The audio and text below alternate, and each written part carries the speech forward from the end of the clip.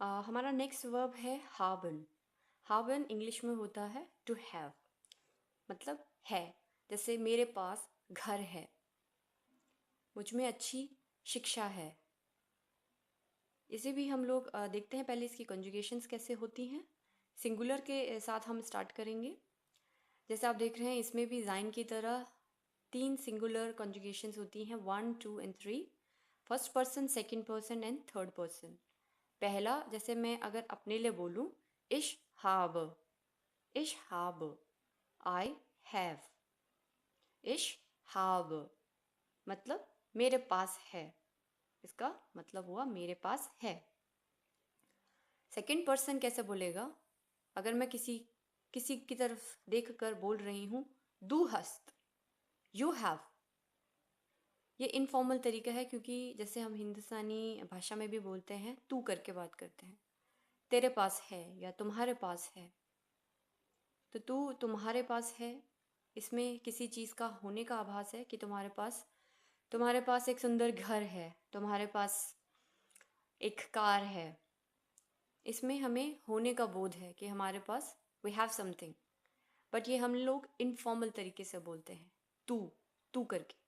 हम यहाँ पे आप करके नहीं बोलते। जब हम आप करके बोलेंगे तो वो डॉइच में हो जाएगा जी, जी हावन, आपके पास है। अभी हम देखते हैं सिंगुलर में थर्ड पर्सन, एयर हट, एयर हट, ही हैज़, उसके पास है। जी हट, शी हैज़, जी हट, शी हैज़, उसके पास है। एस हट, एस हट, इट हैज़। यहाँ पर भी एयर, जी और एस जो है इंग्लिश में ही, शी एंड इट कहलाते हैं, जो कि थर्ड पर्सन होते हैं। जब हम किसी को फिंगर पॉइंट करके बोलते हैं कि he has intelligence, he has a house, she has a house, उसके पास इंटेलिजेंस है, उसके पास एक घर है। तो जनरली ये हमेशा हम एक ही आदमी को डिनोट करते हैं, चाहे वो मैं अपने लिए कह रही हूँ, मैं किसी सामने वाले को पॉइंट आउट करके कह रही हूँ, या मैं किसी तीसरे आदमी को फिंगर पॉइंट करके दिखा रही हूँ कि उसके पास उसके पास ये चीज़ है, उसके पास घर है। इसमें हमेशा एक ही आदमी के बारे में बोला जाएगा। सिंगुलर में आपको यही चीज़ ध्यान रखना है, जिसे कहते हैं हिंदी में एक वचन। उसके बाद आ जाते हैं हम लोग प्लूरल में। प्लूरल में भी सेम तरीके से हावन की कंजुगेशंस बनेंगी। जैसे वी आर हावन, वी हैव, हमारे पास है, वी आर हावन ein हाउस।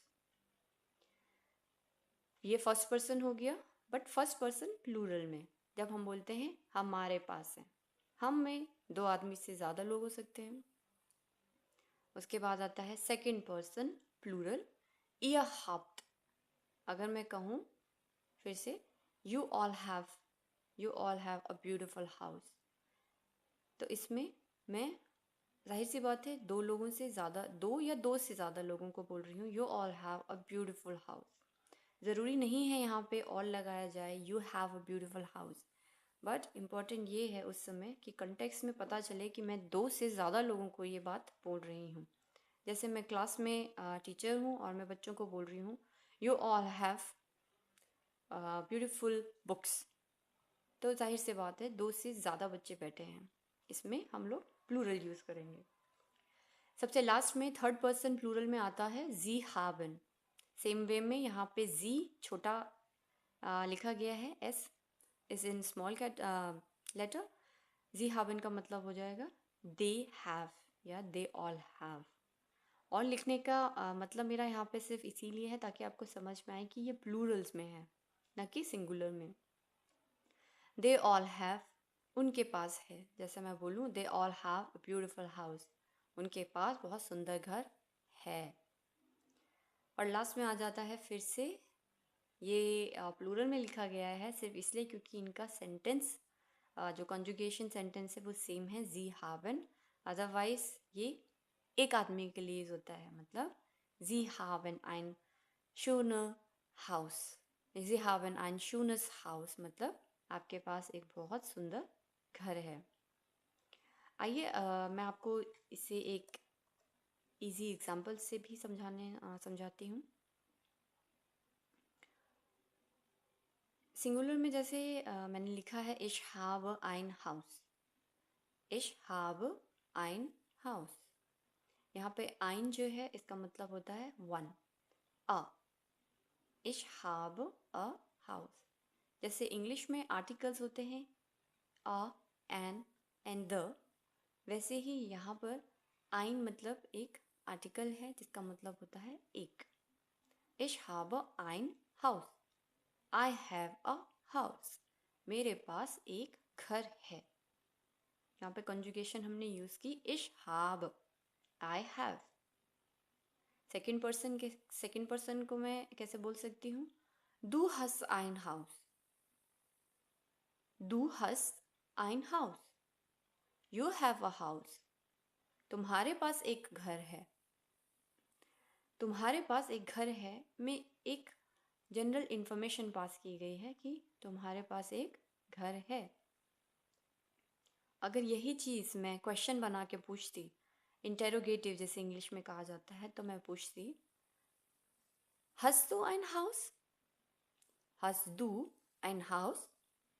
क्या तुम्हारे पास एक घर है?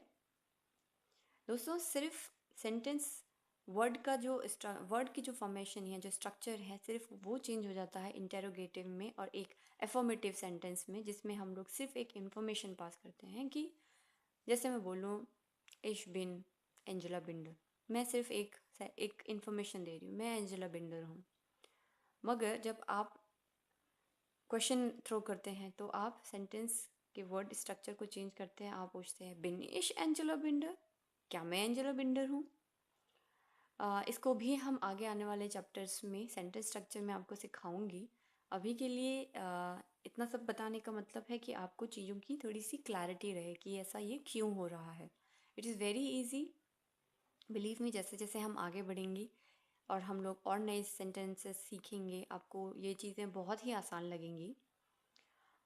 ये हमने इनफॉर्मल वे में किया, अब देखते हैं फॉर्मल तरीके से आप कैसे बोलेंगे।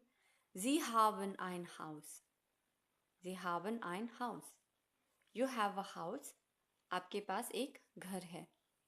देखने वाली बात यह है, इंग्लिश में इसका कोई डिफरेंस नहीं होता, हम दोनों ही में you have a house, you have a house कहेंगे, क्योंकि इंग्लिश में तू भी यू होता है और आप भी यू होता है। इसलिए इंग्लिश सेंटेंसेस से आप इसे ना पढ़ के हिंदी से सीखें तो आप जर्मन ज़्यादा बेटर सीख पाएंगे। उसके बाद आते हैं हम लोग थर्ड पर्सन में er hat ein Haus, he has a house, उसके पास एक घर है। sie hat ein Haus, she has a house, उसके पास एक घर है। es hat keine Bedeutung, एक बार इसे ध्यान से सुनिए। es hat keine Bedeutung, Bedeutung का मतलब होता है मीनिंग, माने कि मतलब। It has no meaning, इस सेंटेंस का मतलब है it has no meaning, इसका कोई अर्थ नहीं है। अभी इंग्लिश में अगर आप देखें एस का मतलब इट होता है, बट हिंदी में इसका मतलब देना बहुत मुश्किल है। बट जैसे जैसे सेंटेंसेस आप सीखेंगे आपको खुद से पता चल जाएगा इसे हिंदी में मैं कैसे यूज़ करूँ, या हिंदी से मैं इसका डॉइच कैसे बनाऊँ। Es hat keine Bedeutung, it has no meaning, इसका कोई अर्थ नहीं है। अब देखते हैं आगे प्लूरल में हमने लिखा है फर्स्ट पर्सन प्लूरल में wir haben ein Haus, wir haben ein Haus, we have a house, हमारे पास घर है। यहाँ पे हमारे पास मतलब दो लोगों से ज़्यादा लोगों के पास, इससे पता चलता है कि यहाँ पे बहुवचन सेंटेंस में यूज़ हुआ है। Second person plural, ihr habt ein Haus, you all have a house, you all have a house, तुम सबके पास एक घर है।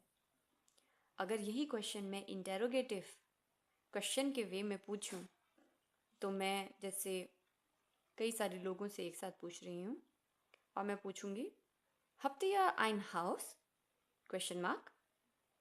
Habt ihr ein Haus? Do you guys have a house? Do you guys have a house? क्या तुम लोगों के पास एक घर है?